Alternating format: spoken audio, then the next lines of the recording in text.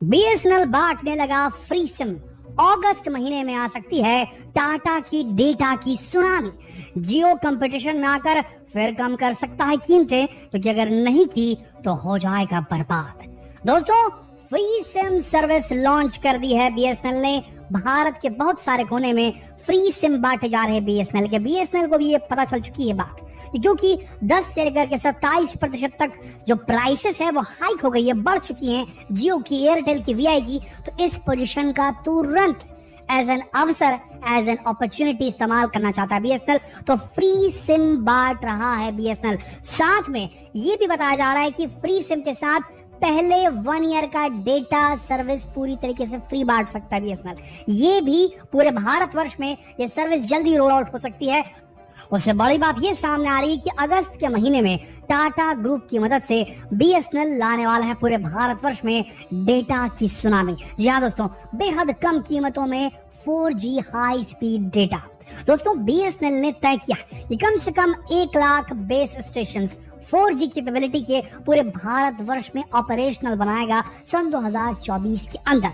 और उनमें महज सिर्फ हार्डवेयर तो वही रहेगा 4G वाला, उसमें महज सॉफ्टवेयर अपडेट करके उसे अगले साल 2025 में 5G में अपग्रेड किया जा सकता है। बड़े पैमाने पर बीएसएनएल तैयारी कर रहा है अपने कवरेज को बढ़ाने के लिए।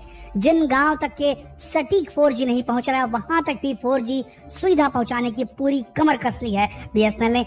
1 लाख बेस स्टेशन बहुत बड़े होते हैं दोस्तों। और भारत की बीएसएनएल का जो बैकबोन है, यानी कि मेन नेटवर्क, आपको बताएंगे कि बैकबोन नेटवर्क किसे कहते हैं। तो बीएसएनएल का जो बैकबोन नेटवर्क है वो बहुत गहरा है, जियो और एयरटेल से कहीं ज्यादा गहरा है। और आपको बता दें, जब भारत में बीएसएनएल 4G हर जगह पहुंचा देगा, अच्छी खासी स्पीड देगा, तो आप मान के चलिए इन कीमतों पर जो कीमतें ऑफर कर रहा है बीएसएनएल, इन कीमतों पर अगर उसने 4G रोल आउट कर दिया, पूरे भारतवर्ष में रोल आउट कर दिया, तो जियो और एयरटेल को मजबूरन जो उन्होंने प्राइसेस बढ़ाई हैं उन्हें नीचे लाना पड़ेगा। अगर पूरा नहीं ला सकते तो कुछ मात्रा में लाना ही होगा, क्योंकि अगर जियो और एयरटेल वीआई ने ऐसा नहीं किया तो ये मान के चलिए जियो का यूजर बेस ऑलरेडी दरकने लगा है।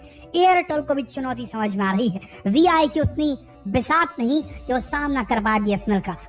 तो इस रैंकिंग में, आज की तारीख में अगर रैंकिंग निकाली जाए, सबसे ज्यादा यूजर्स की बात की जाए, तो जियो के पास है, फिर एयरटेल के पास में, फिर वीआई के पास है, फिर बीएसएनएल के पास है। तो सबसे पहले बीएसएनएल वीआई का पत्ता कट करेगा, बीएसएनएल 3rd पे पहुंचेगा। उसके बाद बीएसएनएल एयरटेल को क्रॉस करेगा, उसके बाद जियो को धकेल के नीचे कर देगा और इवेंचुअली भारत की सबसे बड़ी टेलीकॉम कंपनी बन जाएगा। ये क्यों होगा जानते हैं? ध्यान से सुनिए, क्या होता है बैकबोन डेटा नेटवर्क। सबसे पहले इस सवाल के ऊपर जरा गौर करते हैं। बीएसएनएल हो गया, जियो हो गया, एयरटेल हो गया, इनके पास में इंटरनेट आता कहां से? दरअसल बीएसएनएल भारत संचार निगम लिमिटेड, इसकी इंटरनेट कनेक्टिविटी अलग अलग माध्यमों से आती है। सबसे पहला submarine cables, under water high proficiency वाले, हाई एफिशिएंसी वाले, हाई डाटा स्पीड लेने वाले ये केबल्स होते हैं जो समंदर की गहराई से आते हैं। एक कॉन्टिनेंट को दूसरे कॉन्टिनेंट से जोड़ा जाता है, एक देश को दूसरे देश से जोड़ा जाता है। ये केबल है जिससे इंटरनेट कनेक्टेड है। इंटरनेट पूरी दुनिया में जो फैला हुआ है वो इन सबमरीन केबल्स के माध्यम से फैला हुआ है। तो बीएसएनएल जो है इन्हीं कुछ इंटरनेशनल सबमरीन केबल से अपना इंटरनेट प्राप्त करता है। ऐसा नहीं है कि बीएसएनएल का जो डेटा आता है वो पूरा सैटेलाइट से आता है। बेहद कम मात्रा हम सैटेलाइट इंटरनेट इस्तेमाल करते हैं। अभी भी हम सिर्फ जो सबमरीन केबल्स होते हैं उन्हीं पर निर्भर है। तो सबमरीन केबल जिनसे बीएसएनएल इंटरनेट लेता है उसमें से एक केबल सबसे महत्वपूर्ण है, उसका नाम है SEAMEWE। इसे कहा जाता है south east Asia middle east western Europe submarine cable. साथ में बीएसएनएल इस्तेमाल करता है फ्लैग। फ्लैग का फुल फॉर्म होता है fibre optic link around the globe. तो इन दो मेजर जो है केबल्स के माध्यम से दुनिया से कनेक्ट होता है बीएसएनएल और दुनिया से फिर इंटरनेट की दुनिया में कनेक्ट हो जाता है। बात करें एयरटेल कहां से लेता है, जियो कहां से लेता है, तो पहले जियो पे आते हैं। जियो भी सबमरीन केबल से ही अपना इंटरनेट लेता है, बट जियो का आपने कई बार सुना होगा कि मुकेश अंबानी की जियो जो है बड़े पैमाने पर निवेश कर रही है इसी प्रकार के सबमरीन केबल को डालने के, नए केबल्स को डाल करके भारत की कनेक्टिविटी दूसरे देशों के साथ करने के लिए। केबल को डालने का अलग पैसा और केबल डालने के बाद उसमें जियो की जो पार्टनरशिप है उससे डेटा का पैसा, दोनों तरफ से पैसे खींचने की कोशिश। तो जियो जो है वो भी डिपेंडेंट है इसी प्रकार के सबमरीन केबल से। और सबसे बड़ी बात यह है कि बे ऑफ बंगाल गेटवे ये जो सबमरीन केबल है और साथ में south east Asia and middle east, ये जो दोनों इलाकों को जोड़ने वाला केबल है जिसको BBG कहा जाता है, बे ऑफ बंगाल गेटवे, इसके ऊपर समझ लीजिए जियो का पूरा आधिपत्य है, रिलायंस जियो का।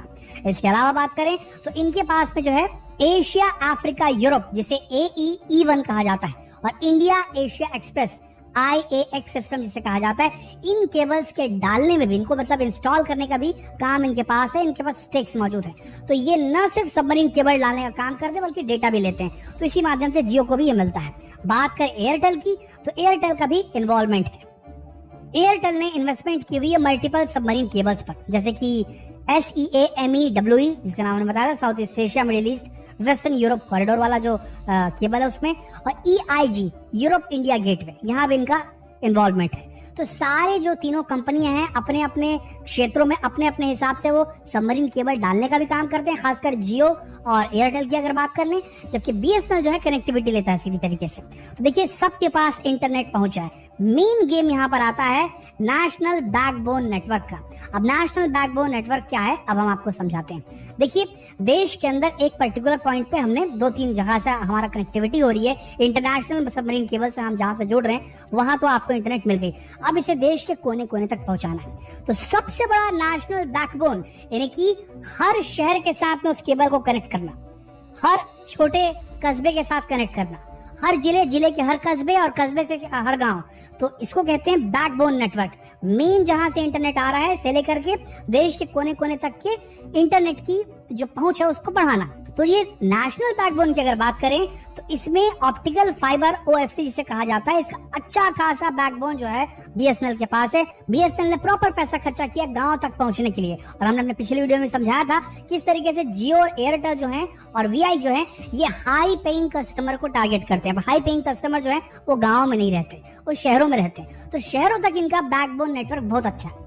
लेकिन जहां तक गांव की बात आती है, इन्होंने अपने बैकबोन नेटवर्क को स्ट्रॉन्ग किया ही नहीं, वहां पैसे डाले ही नहीं, क्योंकि उनको मालूम था कि वहां से पैसे निकल के ही नहीं आ पाएंगे। जो ऑफर लॉन्च करता है जियो या एयरटेल, वो ऑफर इसलिए रहता है कि पहले ऑफर में लोग जुड़ जाएं उनके साथ में, जुड़ने के बाद में वो ऑफर खत्म होता है तो उसके बाद नॉर्मल नेचुरल बढ़ी हुई प्राइस से उन सारे ग्राहकों को कंटिन्यू करवाया जाता है। तो ये रेट होता है, जैसे कि पहले प्राइस कम हो गई फिर प्राइस बढ़ गई, तो ऐसे में कुछ कस्टमर लूज होते हैं, पर ये लूज होने का दर जो है शहरी क्षेत्रों में कम है और गांव खेड़े वाले इलाकों में, कस्बों वाले इलाकों में बहुत ज्यादा होता है। ये वहां पर फ्री सर्विस ले लेते हैं और जब दाम वापस से बढ़ जाते हैं तो फ्री सर्विस का इस्तेमाल करना बंद कर देते हैं। तो उस नुकसान से बचने के लिए, बेमतलब में फ्री सर्विस बांटने से बचने के लिए जियो हो गया, एयरटेल हो गया, ये गाँव खेड़े तक के इन्होंने अपनी जो बैकबोन नेटवर्क है इसको स्ट्रॉन्ग नहीं किया। तो सबसे स्ट्रॉन्ग नेटवर्क जो है वो BSNL की है, नेशनल बैकबोन नेटवर्क। अब बात करें इनकी, तो इनके पास में जियो की अगर बात करें, इनके पास में नेशनल लॉन्ग डिस्टेंस नेटवर्क है। अब ये बड़े बड़े शहरों को जोड़ती है। सिमिलरली बात करें भारतीय एयरटेल की, तो इनकी नेशनल बैकबोन नेटवर्क जो है ये भी फैली हुई है, अलग अलग तरीके से उन्होंने फैलाई है। पर मेजर तौर पे देखा जाए तो एयरटेल हो गया, आपका जियो हो गया, इनकी बैकबोन नेटवर्क जो है, मेन केबल जो आ रही सबमरीन केबल से कनेक्ट होकर के, वो गांव कस्बों और इन इलाकों में नहीं पहुंची। इसका फायदा BSNL को मिलेगा। लेकिन यहीं पर बात करें जियो और एयरटेल की, तो जियो और एयरटेल ने वो पैसा कहाँ लगाया? अगर वो गांव तक नहीं पहुंचे, वहां तक केबल नहीं बिछाया, बैकबोन पर उतना खर्चा नहीं किया, तो पैसा कहाँ लगाया? तो इन्होंने डेटा सेंटर बड़े बड़े डाल दिए। अब डेटा सेंटर क्या होते हैं?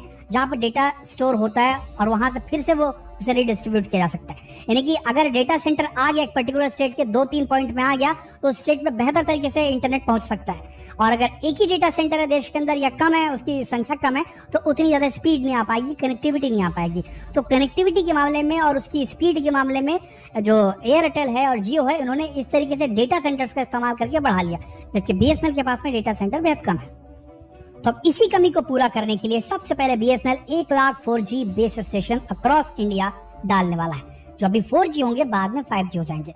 कवरेज अनकवर्ड एरिया में पहुंचाने के लिए 4G सैचुरेशन प्रोजेक्ट आत्मनिर्भर भारत के तहत BSNL चला रहा है, ताकि 4G कनेक्टिविटी गांव तक पहुंच जाए। इसके बाद नेटवर्क को अपग्रेड कर रहा है, फाइबर टेस्टिंग कर रहा है, ऑप्टिकल फाइबर केबल्स बिछा रहा है, सुपर एज राउटर्स इंस्टॉल कर रहा है, और सबसे बड़ी बात ब्रॉडबैंड सर्विस के एनहांसमेंट पर काम कर रहा है। और 5G रोल आउट करने के लिए उसने अपनी डेडलाइन तय कर ली कि 5G हम किसी भी हाल में सन 2025 में लॉन्च कर देंगे। अब देखिए 4G का अगर नेटवर्क सही से एस्टैब्लिश कर लिया और 4G सर्विस अच्छी तरीके से भारतवर्ष में देने लगा BSNL, तो उसको सिर्फ अपग्रेड करना पड़ेगा, नए इंफ्रास्ट्रक्चर की कम जरूरत पड़ेगी। तो 4G अगर ला लिया BSNL ने सही समय पे अगस्त तक के, तो डेटा की सुनामी आ जाएगी दोस्तों। और उसके बाद में एक बार इंफ्रास्ट्रक्चर डल गया तो अगले साल उसको 5G में अपग्रेड करना बेहद आसान होगा। उसके बाद BSNL को बीट करना जियो एयरटेल के लिए, VI के लिए एकदम मुश्किल हो जाएगा। अंततः उन्हें भी अपनी प्राइसेस कम करनी पड़ेगी। हाँ, अगर इस बीच सरकार ने कुछ कर दिया तो कहा नहीं जा सकता, पर ऐसी स्थिति में देखा जाए तो इस वक्त BSNL पे पोर्ट करवाना विन विन सिचुएशन लग रहा है। क्या आपने अपना सिम पोर्ट कराया BSNL पे? नीचे कमेंट सेक्शन में लिखकर जरूर बताएं।